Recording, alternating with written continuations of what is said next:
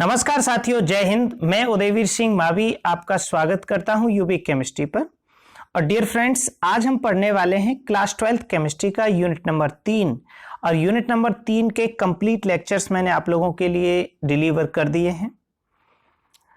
आज हम लोग बात करेंगे एमसीक्यू क्वेश्चंस की। लास्ट जो वीडियो था उसके अंदर हमने बात की थी एनसीईआरटी क्वेश्चंस की।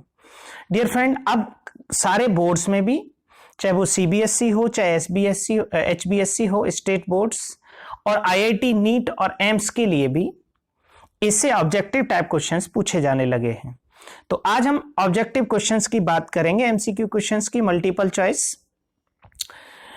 उससे पहले हमें 4 बातें जो इस चैप्टर में हमने पढ़ी उनके बारे में जान लेना है। सबसे पहले हमने पढ़ा था कंडक्टिविटी, जिसमें हमने रेजिस्टेंस, रेजिस्टिविटी, कंडक्टेंस और कंडक्टिविटी चारों के कैलकुलेट करने के फॉर्मूले और फैक्टर अफेक्ट दीज, फिर मोलर कंडक्टिविटी, इक्विवेलेंट कंडक्टिविटी और कोहलरस लॉ पढ़ा पार्ट 1 में। पार्ट 2 में हमने पढ़ा electrochemical cell and Nernst equation. और नस्ट इक्वेशन यहां ये मेंशन्ड है, इससे हम फाइंड आउट करते हैं सेल का पोटेंशियल। फिर हमने पढ़ा था electrolysis and Faraday law of electrolysis. और देन इसके अंदर एक नेक्स्ट पोर्शन है बैटरीज। इलेक्ट्रोकेमिकल सीरीज से भी क्वेश्चन पूछ लिए जाते हैं। इलेक्ट्रोकेमिकल सीरीज में रिडक्शंस के इंक्रीजिंग ऑर्डर में एलिमेंट को रखा जाता है। अगर वैल्यू नेगेटिव आती है या मोर नेगेटिव होती है तो वो रिड्यूसिंग एजेंट अच्छा होता है, और लेस नेगेटिव होती है तो ऑक्सीडाइजिंग एजेंट होता है। तो आइए करते हैं शुरू एमसीक्यू क्वेश्चंस को। डियर फ्रेंड, वीडियो को अंत तक देखें, काफी इंपॉर्टेंट क्वेश्चंस, और मैंने वीडियो के लास्ट में सारे फॉर्मूलेज आप लोगों के लिए दिए हैं। उसके बाद अगर आपको अच्छा लगे तो शेयर जरूर करें और सब्सक्राइब करें। डियर फ्रेंड, आइए करते हैं शुरू एमसीक्यू क्वेश्चंस यूनिट नंबर 3 से। सबसे पहला क्वेश्चन है हमारा, मैंने करीब 17 क्वेश्चन आप लोगों के लिए लिए हैं। पहला क्वेश्चन है एक इलेक्ट्रोकेमिकल सेल से, जिसमें नस्ट इक्वेशन का यूज करके हमें फाइंड आउट करना है सेल पोटेंशियल को। एक सेल दे रखी है Zn plus Cu 0.01 is equal to, ये Cu2 पॉजिटिव है, is equal to Zn2 positive 1m plus Cu। तो इसमें हमें सेल का ई नॉट सेल गिवन है और ई सेल फाइंड करना है। तो डियर फ्रेंड, ई सेल जो होता है इज इक्वल टू होता है E naught cell minus 0.0591 upon n log product की कंसंट्रेशन अपॉन रिएक्टेंट की कंसंट्रेशन। अब यहां हम प्रोडक्ट और रिएक्टेंट की जगह क्या लेंगे? प्रोडक्ट की जगह हम लेंगे जिंक की कंसंट्रेशन जो कि 1 m है, और रिएक्टेंट की जगह हम लेंगे कॉपर 2 पॉजिटिव की जो कि 0.1 m है। तो इसकी वैल्यू आएगी 1, लॉग 10 आएगा, लॉग 10 की वैल्यू 1 होती है। तो जो ई सेल रहेगा हमारा, E cell is equal to हो जाएगा 1.10 माइनस 0.0591 बाई 2 1। तो 0.0591 बाई 2 का मतलब 0.295, और 295 को 1.10 से रिड्यूस कर देंगे, और जब 1.10 से 295 को रिड्यूस करेंगे हम, तो हमें आंसर मिलेगा 1.07 वोल्ट। नेक्स्ट हमारा क्वेश्चन है the standard reduction potentials of 3 metals are A B C 0.5 volt plus minus 3.0 volt and minus 1.20 volt. जब हम इनके पोटेंशियल्स की वैल्यू को देखते हैं तो इनकी रिड्यूसिंग पावर का अंदाजा लग जाता है। जिसका पोटेंशियल जितना ज्यादा नेगेटिव होता है वो मेटल उतना ज्यादा रिड्यूसिंग होता है। तो सबसे ज्यादा यहाँ किसका है? बी मेटल का। तो सबसे रिड्यूसिंग कौन सा हुआ? बी मेटल यहाँ सबसे रिड्यूसिंग है, देन सी, देन ए। जैसे जैसे पोटेंशियल की वैल्यू बढ़ती चली जाती है प्लस में, तो रिड्यूसिंग पावर कम होती चली जाती है। नेक्स्ट क्वेश्चन है डियर फ्रेंड हमारा फैराडे लॉ से। When during electrolysis of solution AgNO3 9650 coulombs of charge passes through the electroplating bath, the mass of silver deposited on cathode will be। तो इसके लिए मैंने आपको फैराडे लॉ का एक फॉर्मूला दिया था, W/m इंटू वैलेंस फैक्टर इसके लिए 1 है, into F is equal to IT या Q। तो ये यहां गिवन है 9650, और फैराडे होता है 96500, तो ये यहां आ जाएगा 10 और वैलेंस फैक्टर इसका 1 है। तो अब ये रहा हमारा, ये इधर चला जाएगा और 10 नीचे आ जाएगा। तो m होता है सिल्वर का 108, तो 108/10 आ जाएगा। तो इसका आंसर रहेगा हमारा C। तो इसके लिए हम फैराडे लॉ का इस्तेमाल करेंगे। नेक्स्ट हमारा है EMF of following Daniell cell at 298 kelvin is E1 ZnZnSO4 Cu SO4 Cu। तो यहां हमें दे रखी है 0.01 दे रखी है Zn की और 1 दे रखी है कॉपर की concentration. When concentration of ZnSO4 is 1 m and that of copper sulfate in 0.01 m, the EMF changed to E2. What is the relationship between E1 and E2? Dear friend, यहाँ हमें ये देखना है, दो पॉसिबिलिटी हैं। पहला कि क्या ये सेल एग्जिस्ट करेगी। सबसे पहले ये इस क्वेश्चन से थोड़ा हटके है। डियर फ्रेंड, आप ये देखेंगे कि जब जिसका पोटेंशियल कम हो, अगर हमने उसका एनोड बना दिया, आगे एनोड होता है और पीछे कैथोड होता है, तो वो सेल एग्जिस्ट नहीं करती। सॉरी, ZnSO4 और CuSO4 Cu। तो ये पोटेंशियल्स की वैल्यू दे रखी है। अब यहाँ हम कैसे कैलकुलेट करेंगे? तो ये इसका प्रोडक्ट है Zn का और कॉपर का प्रोडक्ट है Cu।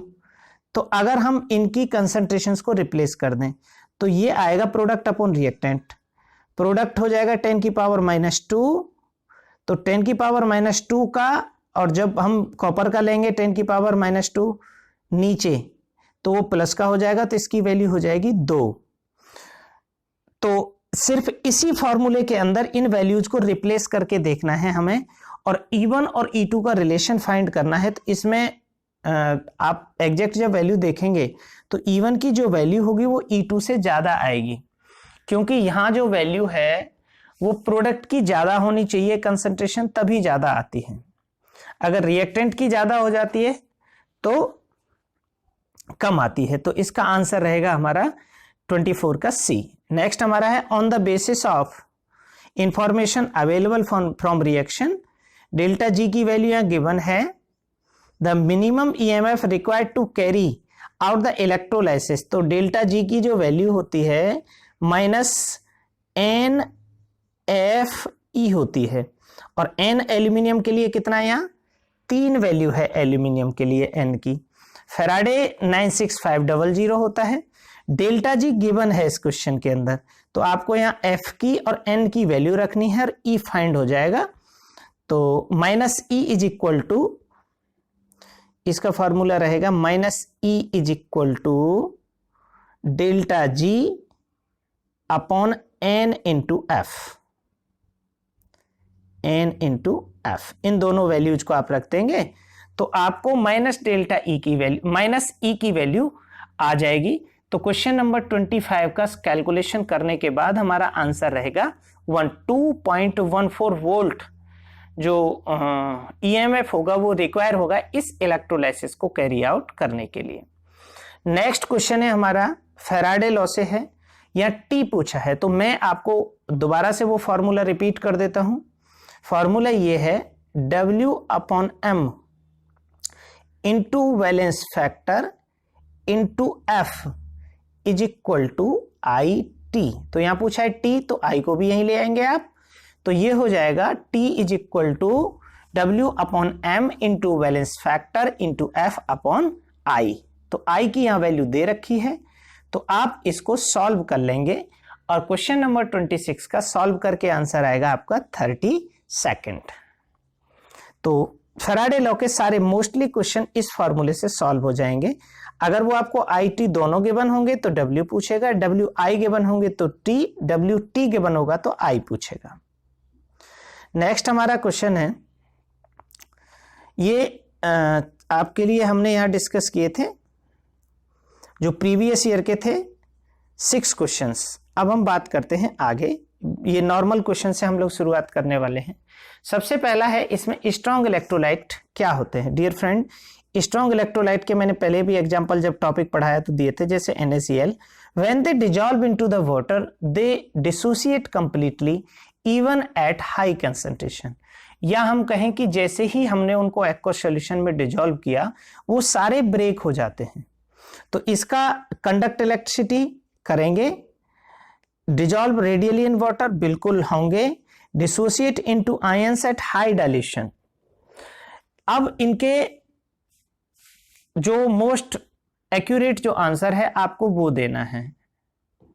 हाई डाइल्यूशन पर तो वीक इलेक्ट्रोलाइट भी होंगे, इलेक्ट्रिसिटी कंडक्ट वीक भी करेंगे, ये रेडियली डिजॉल्व हो जाते हैं वाटर में, ये सही है, लेकिन ये हाई कंसंट्रेशन पर भी डिजॉल्व हो जाते हैं। तो आपका जो एक रहेगा क्वेश्चन नंबर 1 उसका 3 आंसर होगा। ये हाई कंसंट्रेशन पर भी डिजॉल्व हो जाते हैं जबकि वीक इलेक्ट्रोलाइट नहीं होते। नेक्स्ट हमारा क्वेश्चन है molten sodium chloride conduct electricity due to presence of, question number 2। तो मोल्टन जो NaCl होता है, जब इसको हम मेल्ट करते हैं तो ये Na++Cl- में टूट जाता है। जब ये Na++Cl- में टूटता है तो इन आयंस के कारण ये इलेक्ट्रिसिटी कंडक्ट करेगा। लेकिन अगर हम एक्वस NaCl से इलेक्ट्रिसिटी पास करें तो यहां पर जो Cl2 होगा वो रिलीज हो जाएगा एनोड पर और जो H2 होगा वो रिलीज हो जाएगा कैथोड पर। तो अब एक्वस सॉल्यूशन में जो आयंस मौजूद होंगे वो Na++OH- होंगे एक्वस में, तो इलेक्ट्रिसिटी कंडक्ट होगी इनके कारण। तो यहां हमारा क्वेश्चन नंबर 2 का ऑप्शन रहेगा ऑप्शन नंबर 2, फ्री आयंस। तो because of presence of free ions they can conduct electricity. Next हमारा क्वेश्चन है electrolytic conduction is due to the movement of. Electrolytic conduction, जब हम किसी इलेक्ट्रोलाइटिक सॉल्यूशन से electricity pass करते हैं तो इलेक्ट्रिसिटी वहां से पास हो जाती है because of presence of free ions. Which of the following solutions has the lowest value of equivalent conductance? Dear friend, equivalent conductance का फॉर्मूला होता है lambda n is equal to 1000 kappa upon n। अब अगर 1000 kappa upon, क्यों ही हम molarity दे रखी है, तो मोलरिटी का नॉर्मेलिटी के साथ क्या रिलेशन होता है? मोलरिटी का रिलेशन होता है मोलरिटी इनटू वैलेंस फैक्टर। तो अब HCl का क्योंकि वैलेंस फैक्टर तो सेम है तो हमें इनका क्या देखना है? मोलरिटी देखनी है। जिसकी मोलरिटी सबसे कम उसका इक्विवेलेंट कंडक्टेंस सबसे ज्यादा होगा। तो आपको सिर्फ फॉर्मूला याद रखना है, इसके लिए सॉल्व कुछ नहीं करना, सिर्फ फॉर्मूले में आपको रखकर देखना है। तो जिसकी सबसे ज्यादा उसकी सबसे कम होगी। तो यहां सबसे लोएस्ट पूछ रहा है ना इक्विवेलेंट कंडक्टेंस, अगर वो मोलर कंडक्टेंस पूछता तो भी आंसर सही होता।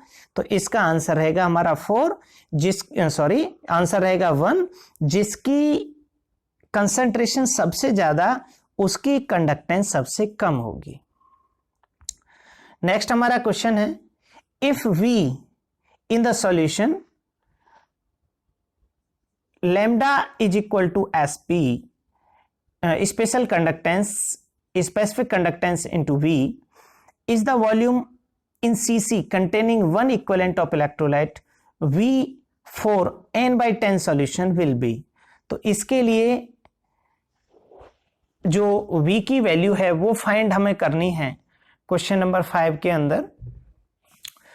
तो हमें क्या करना है कि n/10 सॉल्यूशन के लिए specific conductance into V find करना है, और अगर वो क्यूबिक सेंटीमीटर में है तो 1 इक्विवेलेंट के लिए ये वैल्यू रहेगी 10,000 cc।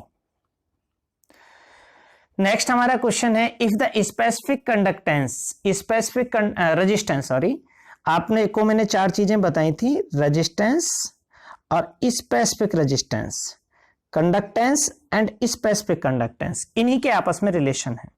If the specific conductance of a solution of concentration C gram equivalent per liter is R, then its equivalent conductance is, equivalent conductance होती है हमारी lambda n, और lambda n is equal to होती है 1000 kappa upon n के।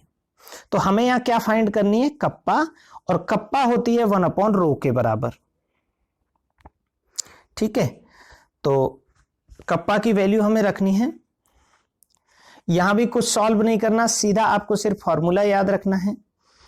तो lambda n is equal to 1000 kappa upon n, और kappa की वैल्यू होती है 1 अपॉन रो के बराबर, तो ये हो जाएगा 1000 रो, 1000 n इंटू रो हो जाएगा। या इसका एक दूसरा रिलेशन है, r into kappa is equal to specific conductance, या r upon rho is equal to L by A, cell constant. ये भी फॉर्मूला इसका हो जाएगा। तो हमारे क्वेश्चन नंबर जो 6 रहेगा, क्वेश्चन नंबर 6 का आंसर रहेगा ये R इंटू सी, 1000 अपॉन R इंटू सी रहेगा। सी कंसंट्रेशन है, तो 1 अपॉन R की जो वैल्यू है स्पेसिफिक कंडक्टेंस में हम L और A की वैल्यू 1 ले लेते हैं, तो 1 अपॉन R जो होगा वो C के बराबर होगा, मतलब स्पेसिफिक कंडक्टेंस के बराबर होगा। तो ये हमारा ऑप्शन रहेगा। नेक्स्ट हमारा है the specific conductance in ohm, ohm inverse centimetre inverse for 4 electrolytes P, Q, R and S are given in the brackets. ये वैल्यूज दे रखी हैं P के लिए 5 इंटू स्पेसिफिक कंडक्टेंस की। स्पेसिफिक कंडक्टेंस होता है कप्पा, 5 इंटू 10 की पावर -5, 7 इंटू 10 की पावर -8, 1 इंटू 10 की पावर -10 एंड 9.2 इंटू 10 की पावर -3। अब स्पेसिफिक कंडक्टेंस जो है वो 1 अपॉन रो होती है, the one that offers highest resistance to the pass. तो इससे हमें क्या निकालना है, इससे निकालना है हमें रो, 1 अपॉन रो। मैंने एक फॉर्मूला अभी बताया था आपको, जो स्पेसिफिक कंडक्टेंस है kappa, kappa is equal to 1 upon rho, reciprocal of specific resistance. अब हमें ये फाइंड करना है कि इसमें रेजिस्टेंस किसका ज्यादा है, तो रेजिस्टेंस उसका ज्यादा होगा जिसकी रेजिस्टिविटी ज्यादा है, क्योंकि resistance is equal to rho L by A होता है, और रेजिस्टिविटी उसकी ज्यादा होगी जिसका कप्पा ज्यादा है, सॉरी कप्पा कम है, तो सबसे कम जिसका होगा उसका सबसे ज्यादा होगा। तो इसमें सबसे कम किसका आ रहा है, R का। ये हमारा क्वेश्चन नंबर 7 है, और क्वेश्चन नंबर 7 का सबसे कम किसका आ रहा है, स्पेसिफिक कंडक्टेंस R का। तो R की जो रेजिस्टेंस होगा वो सबसे ज्यादा होगा, क्योंकि resistance R is equal to rho L by A होता है, और रो होता है 1 अपॉन कप्पा। तो जिसका 1 अपॉन कप्पा सबसे ज्यादा होगा उसका रेजिस्टेंस सबसे ज्यादा होगा। ये हमारा क्वेश्चन नंबर 7 रहा। अब हम बात करते हैं क्वेश्चन नंबर 8 की। The specific conductance, specific conductance दोबारा से हम समझेंगे। स्पेसिफिक कंडक्टेंस कप्पा होती है, kappa is equal to 1 upon rho होती है, और rho is equal to R A by L होता है। तो 1 upon R A by L, और 1 अपॉन आर किसके बराबर होता है, सी के। तो kappa into R is equal to L by A. अब देखते हैं क्वेश्चन को।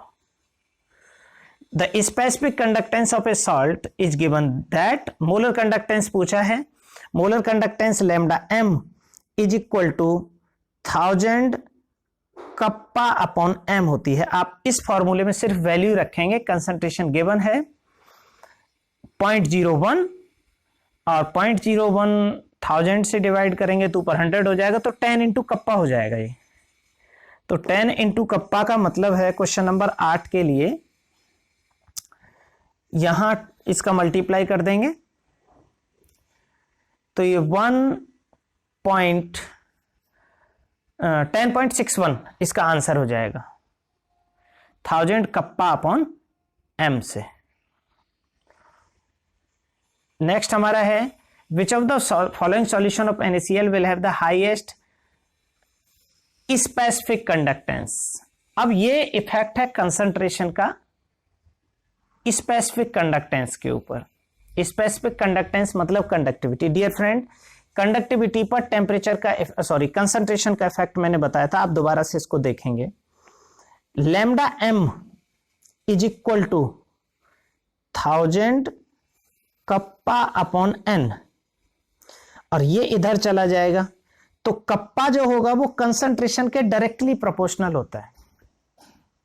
क्यों? Because it depends on total number of ions, ये टोटल नंबर ऑफ आयंस पे डिपेंड करेगा पर यूनिट वॉल्यूम में। तो जैसे कंसंट्रेशन बढ़ेगी, नॉर्मेलिटी बढ़ेगी, वैसे स्पेसिफिक कंडक्टेंस बढ़ जाएगा। बिल्कुल, I repeat again, the specific conductance और conductivity directly depends on concentration because it depends on total number of ions. तो इसको आप देख लेंगे, यहां हमें क्या करना है, हाईएस्ट पूछा है तो हाईएस्ट कंसंट्रेशन जिसकी होगी, तो हाईएस्ट कंसंट्रेशन हमारी किसकी है, 0.1 N सॉल्यूशन की है, तो 9 का आंसर रहेगा हमारा 4। देन है क्वेश्चन हमारा 10, the value of molar conductivity of HCl is greater than that of NaCl at a particular temperature because.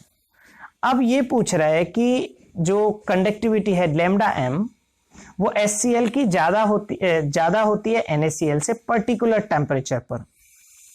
Molecular mass of HCl is less than that of HCl, molecular mass पे depend नहीं करती।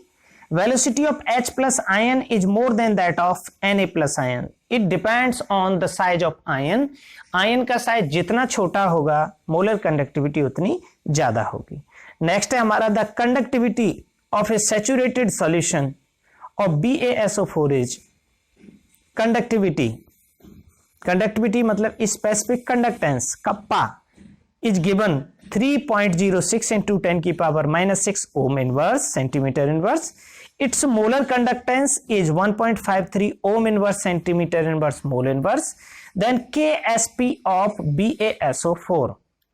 Dear friend, इसके लिए हम lambda infinite m निकालेंगे और lambda infinite m जो होती है 1000 कप्पा अपॉन m से जो मोलरिटी होगी वही होगी Ksp। तो आयंस की कंसंट्रेशन का मल्टीप्लिकेशन ही Ksp होता है। क्वेश्चन नंबर 11 में हमारा ऑप्शन रहेगा 4, जो कि है 4 into 10 की पावर 6। तो यहां हम इस 11 क्वेश्चन को करने के लिए कोहलरॉस लॉ के एप्लीकेशन देखेंगे, और कोहलरॉस लॉ के एप्लीकेशन में एक एप्लीकेशन मैंने बताया है, तो इसके लिए मैंने आपको बताया था अगर हम कंडक्टिविटी फाइंड करते हैं तो कोहलरॉस लॉ के 4 एप्लीकेशन थे। 4 एप्लीकेशन में एक एप्लीकेशन था to find out the solubility of sparingly soluble salt. तो इस तरह से आपके ये क्वेश्चन हो गए 17। इन 17 क्वेश्चंस के आंसर मैंने आप सभी को दिए हैं, आप यहां से मैच कर लेंगे आंसर्स को। इसके साथ साथ मैंने जो फॉर्मूले यूज किए हैं वो सारे फॉर्मूले आप लोगों के लिए दिए हैं।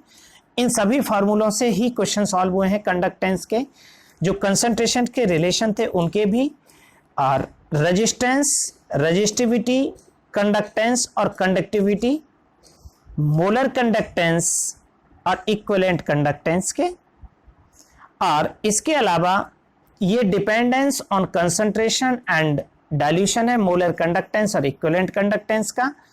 जो लैम्डा m होगा वो इनवर्सली प्रोपोर्शनल होगा कंसंट्रेशन के, बिकॉज जो लैम्डा m होता है वो डिपेंड करेगा हमारा डिग्री ऑफ डिसोसिएशन पर। तो जैसे कंसंट्रेशन बढ़ेगा डिग्री ऑफ डिसोसिएशन कम हो जाएगा तो मोलर कंडक्टेंस घट जाएगा। इसके अपोजिट जो होगा हमारा कप्पा है, स्पेसिफिक कंडक्टेंस या conductivity, it directly depends on concentration, जिसके मैंने क्वेश्चन भी सॉल्व करके आपको दिखाए हैं। तो ये इस तरह से हम सॉल्व कर लेंगे। ये हमारे फैराडे लॉ के क्वेश्चन हैं सारे, तो फैराडे लॉ आप यहां से सॉल्व करेंगे। फैराडे लॉ के सारे क्वेश्चन, फैराडे का फर्स्ट लॉ है ये, और ये फैराडे का सेकंड लॉ है। Thanks for watching U B chemistry. Thank you and have a good day.